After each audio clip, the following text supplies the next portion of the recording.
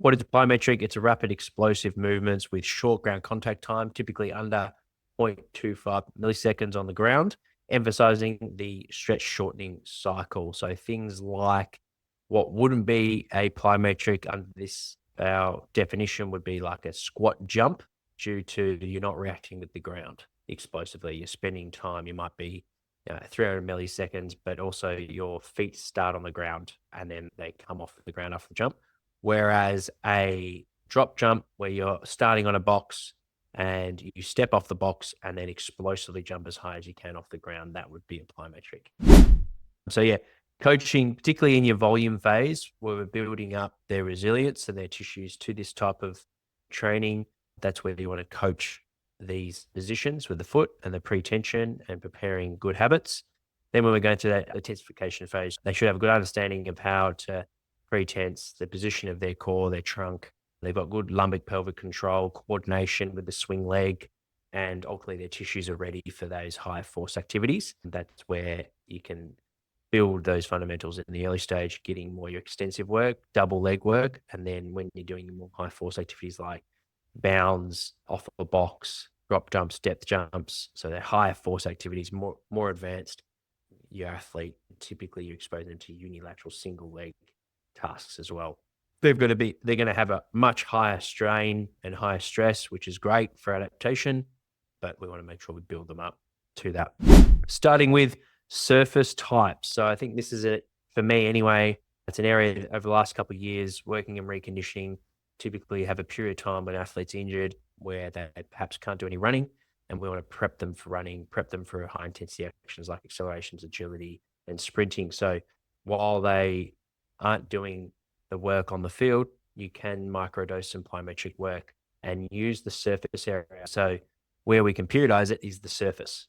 So for an athlete that they're due to their injury, they're not ready for the grass, you might be doing their intensification stuff in the pool at rip height, around 50% body weight. And they might be doing their extensive work, double leg activity, slow, spending a bit more time on the ground, maybe 0.3, 0.4, or it might be a bit quicker than that. And they're on the blue mat, for example, or like an air mat. And then they could be doing their concentric power on a box jump. So you're taking out the landing forces with that. So use the surface to periodize your exercise prescription. Biggest mistakes when it comes to plyometric training, we want to make sure when we're prescribing the exercise, we're considering things like the stance. So what's some common stance that the athlete that you see that they are on the field? And we want to mimic that as best as possible. So obviously the running-based sports, you spend a lot of time single leg stance. So clearly unilateral ply is going to be important. There's staggered stance for athletes, so like in acceleration position, like for rugby athletes in a scrum, for example.